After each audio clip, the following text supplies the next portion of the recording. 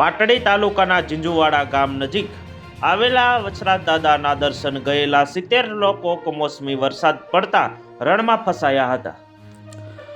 કાદવમાં ફસાયેલા લોકો અને વાહનોને ગ્રામજનોએ તથા મંદિરના સ્વયંસેવકોએ ટ્રેક્ટરની મદદથી બહાર કાઢ્યા હતા।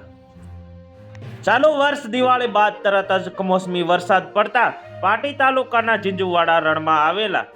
પૌરાણિક વચરાજ દાદા મંદિર ટ્રસ્ટ દ્વારા ભક્તોને સાવચેતી રાખવા જણાવ્યું હતું।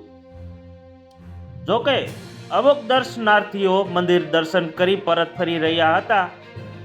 ત્યારે અચાનક જ કમોસમી વરસાદનું ઝાપટું શરૂ થઈ જતા રણમાં ફસાઈ ગયા હતા,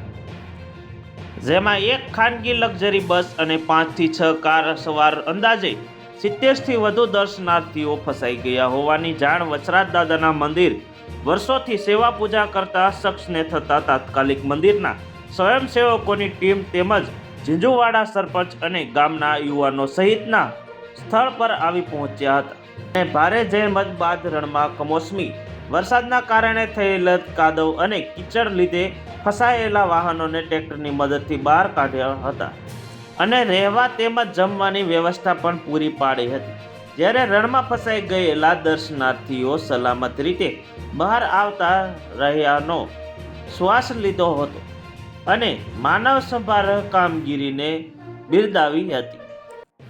અને તમને અમારો વિડીયો સારો લાગ્યો હોય તો લાઈક કરી દો, શેર કરી દો અને સબસ્ક્રાઈબ કરવાનું ભૂલતા નહીં, જેથી કરીને અમારા નવા વિડીયોની નોટિફિકેશન તમને મળતી રહે।